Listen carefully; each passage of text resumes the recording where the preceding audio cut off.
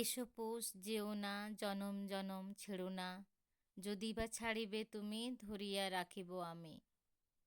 ধরে কিছুই রাখা যায় না, সময় প্রবহমান। আমরা পৌষ মাঘ বছর সময় কাউকেই ধরে রাখতে পারি না, কিন্তু এই রান্নাগুলো ভিডিওর মাধ্যমে কিছুটা ধরে রাখতে পারি। তো যেটা আজকে আমি আপনাদের সামনে প্রেজেন্ট করতে চলেছি সেটা হচ্ছে তিলের লাড্ডু। প্রথমে তিলটাকে ভালো করে পরিষ্কার করে নিয়েছি কাপড় দিয়ে ঘষে ঘষে। তারপর সেটা শুকনো খোলাতে দিয়ে দিয়েছি, একদম কিছু না দিয়ে, শুধু কড়াইটা একটুখানি গরম করে নিয়েছি।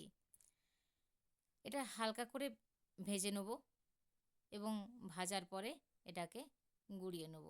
সেটা কিন্তু ঠান্ডা করেই গুঁড়োতে হবে। দেখুন হালকা করে ভাজা প্রায় হয়ে এসছে।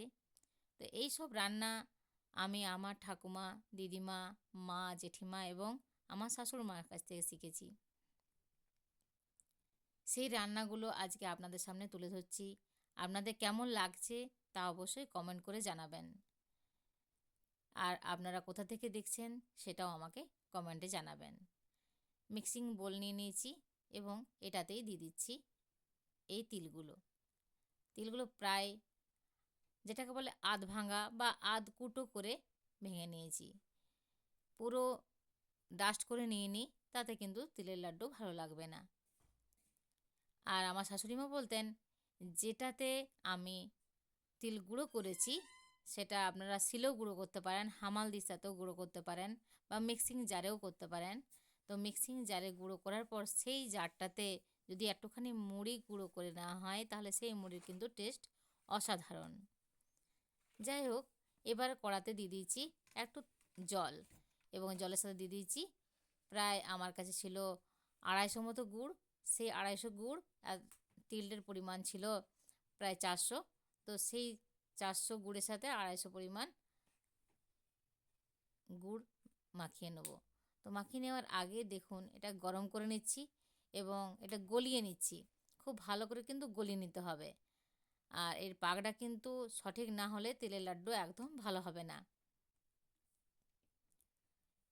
পৌষ আর মাঘ মাস ঠান্ডাটা বেশিই থাকে, আর এই সময়তেই অনেক রকম করে খেতে ইচ্ছে হয়। আর যারা বিশেষ করে পিঠে প্রেমিক তাদের ক্ষেত্রে বলছি, এই লাড্ডু, তিলের লাড্ডু, নারকেল লাড়ু, এগুলো খুবই ফেমাস আর কি, খুব ভালো লাগে।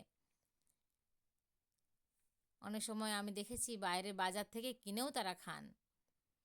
তো এখন যখন সহজ উপায় ইউটিউব, তখন এখান থেকেই অনেক কিছু দেখে শেখা যায়। দেখুন মা ঠাকুমা যারা দেখছেন তারা দেখুন আমি ঠিক মতো করছি কি না। যদি ভুল থাকে তাহলে অবশ্যই আমি ক্ষমা প্রার্থী। তারা আমাকে কমেন্টে বলবেন কিভাবে করলে ঠিক ভালো হয়।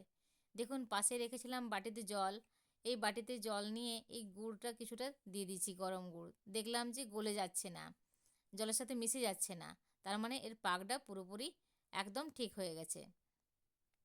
তো এবার দিয়ে দেবো আস্তে আস্তে পুরো তিলটা।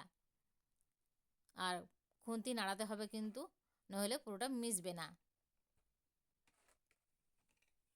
দেখুন বন্ধুরা, আস্তে আস্তে পুরো তেলের যে ডাস্টটা করেছিলাম, গুঁড়ো করেছিলাম, সেই গুঁড়োটা দিয়ে দিচ্ছি। এইবার তিলের লাড্ডুটা কিন্তু আমার সেরা লাড্ডু হয়েছিল। আগেও করেছি কিন্তু এইবারটা যেন একদম পুরো পারফেক্ট। এবার গ্যাসটা আমি অফ করে দিয়েছি।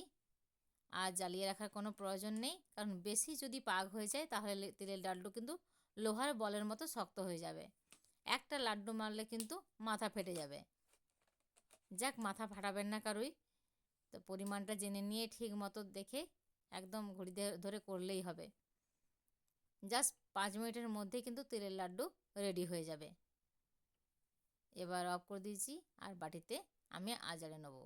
তারপর আস্তে আস্তে আপনারা জল হাত দেবেন এবং লাড্ডু বানিয়ে ফেলবেন, কিন্তু একদম ঠান্ডা করে ফেলবেন না, তাহলে কিন্তু লাড্ডু বানানো যাবে না। তাহলে বন্ধুরা এই পর্যন্তই, বাই, আবার দেখা হবে।